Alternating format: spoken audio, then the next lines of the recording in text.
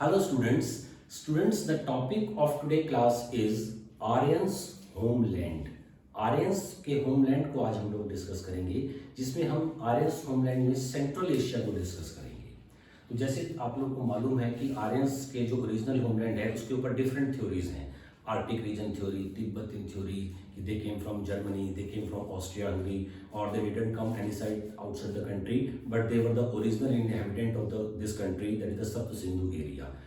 In this class, we are going to discuss the Central Asian theory of the Aryans people, and that was given by the great German scholar Max Muller.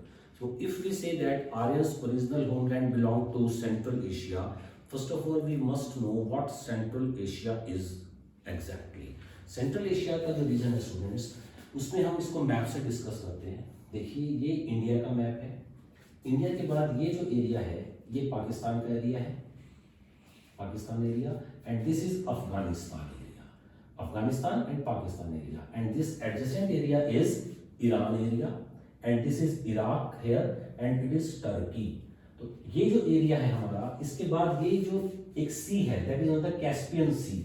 तो central Asia का जो reason है उसके waste में Caspian सी है, Caspian सी से ये start हुआ, ये इधर का एरिया, और ये इसके बाद ईस्ट में जाता है मंगोलिया और चाइना का जो बॉर्डर है, चाइना मंगोलिया चाइना एरिया। तो वेस्ट में कैस्पियन सी से स्ट्रेच होता है ईस्ट में मंगोलिया और चाइना तक।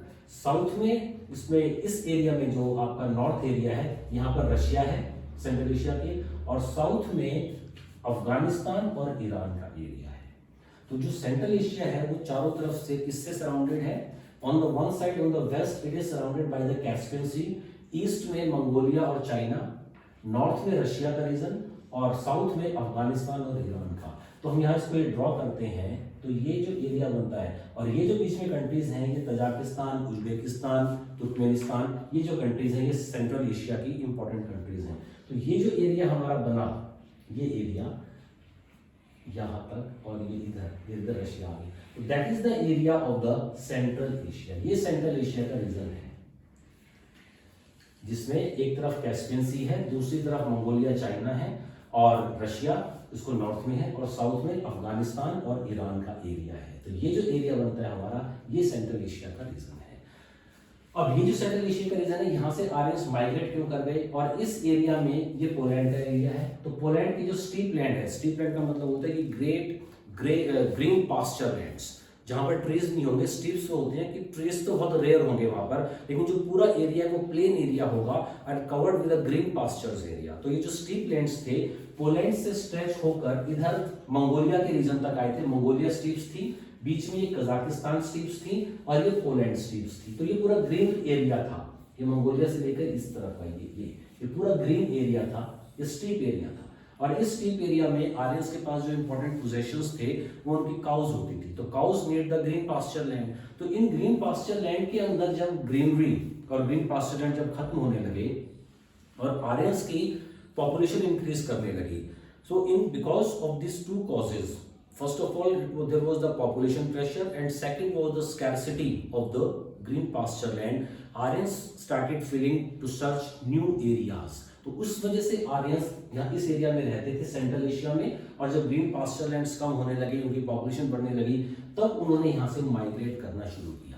और एक ब्रांच जो थी उनकी, वो हमारी कंट्री इंडिया में भी आती है, जो कि सब Sindhu area, 7 reverse of Punjab, 5 reverse और इंडस और सरस्वती, उस रीजन में आकर भी वो लोग बाद में रुके थे, 1500 BC का जो टाइम था।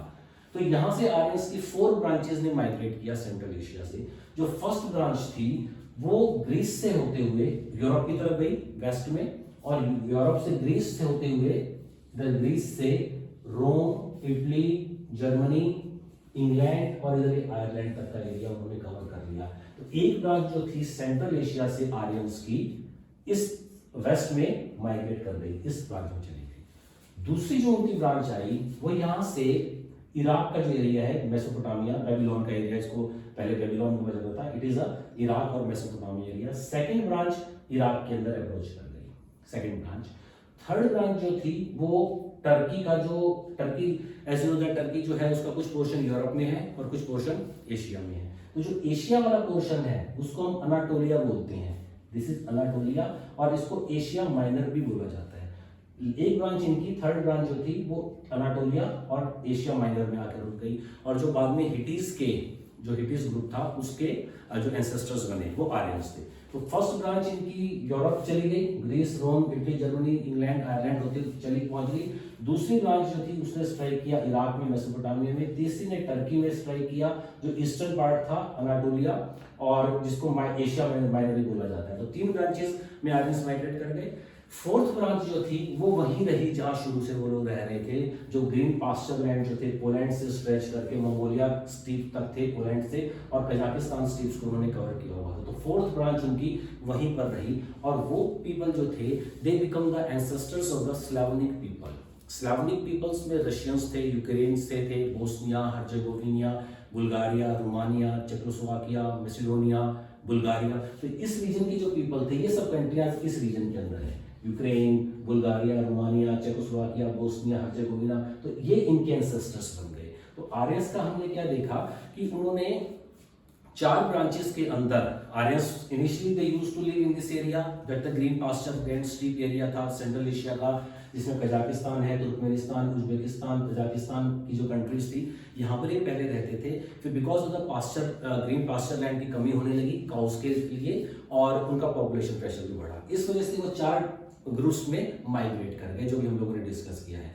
और बाद में एक ग्रुप उनका ईरान और अफगानिस्तान का जो एरिया है, अफगानिस्तान का जो एरिया है, वहां से उन्होंने हिंदू कुश को क्रॉस किया। हिंदू कुश एक माउंटेन रेंजेस हैं, और एक ब्रांच जब आर्यंस जो थे ईरान में जब सेटल हो गए थे, तो वहां से वो ब्रांच उनकी ये जो हिंदू कुश माउंटेन्स हैं, तो हिंदू कुश माउंटेन्स अफगानिस्तान, पाकिस्तान को क्रॉस करते हुए कजाकिस्तान के एरियाज तक गए हुए हैं। तो उन्होंने उन माउंटेन्स को क्रॉस किया।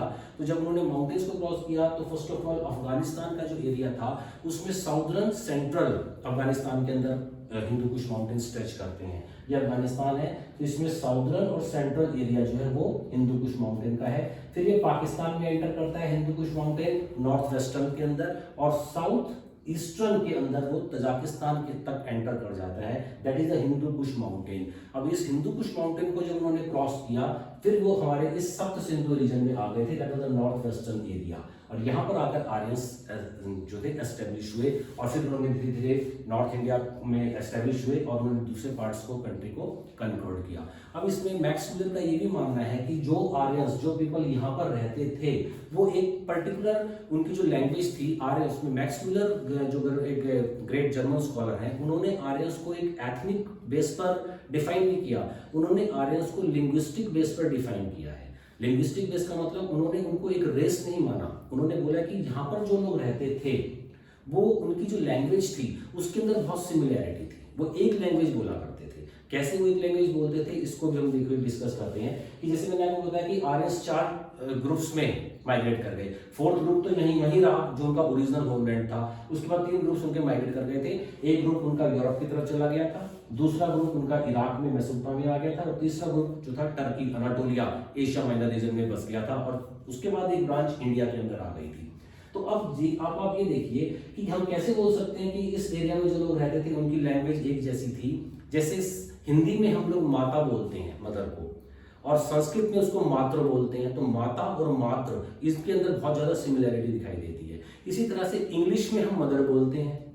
तो अब ये जब लोग यूरोप की तरफ माइग्रेट कर रहे हैं, तो वहां पर इंग्लिश बोली जा रही है, तो वो इंग्लिश में मदर बोलते हैं। तो मदर कहीं ना कहीं संस्कृत के मातृ से मिलता है। लैटिन के अंदर हम उसको मेटर बोल देते हैं, और पर्शियन में मदार बोलते हैं। तो ये है तो डिफरेंट लैंग्वेज के वर्ड्स, लेकिन इनका मतलब एक ही है, माता या मदर। तो कैसे, इसे माता बोला संस्कृत में, हिंदी में माता बोला, संस्कृत में हमने मातृ बोला, इंग्लिश में मदर बोला, मेटर हमने बोला उसको पर्शियन में और लैटिन में, और पर्शियन में हमने उसको मदार बोल दिया। तो माता, मातृ, मदर, मेटर, मदार। इसी तरह से पिता, पितृ, फादर, पेटर और पदार। तो ये उनके अंदर एक सिमिलैरिटी दिखाई देती है। तो सिमिलैरिटी इसीलिए है क्योंकि यहाँ पर जो लोग रहते थे और वो इन डिफरेंट डायरेक्शंस में जब माइग्रेट कर गए तो अपनी लैंग्वेज को अपने साथ ले गए।